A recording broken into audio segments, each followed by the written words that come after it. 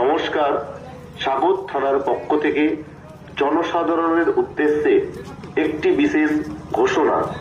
কচুবাড়িয়া থেকে ছয়ের ঘেরি পর্যন্ত মেন রাস্তার দুই পাশে কোনো প্রকার ইট, বালি, টনচিপ, অ্যাসবেস্টার, ধানের গাদা, কাঠের গোলা, গরু ছাগল বেঁধে রাখা বা অন্যান্য কোনো প্রকার মাল সামগ্রী মেন রাস্তার দুই সাইডে রাখা যাবে না।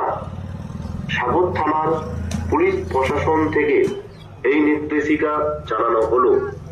ইমিডিয়েট যিনারা রাস্তার দুই সাইডে বিভিন্ন মাল সামগ্রী রেখেছেন, আপনারা যত্ন সহকারে সরিয়ে নিন, অন্যথায় পুলিশ প্রশাসন আপনার বিরুদ্ধে আইনানুগ ব্যবস্থা নিতে বাধ্য থাকবে।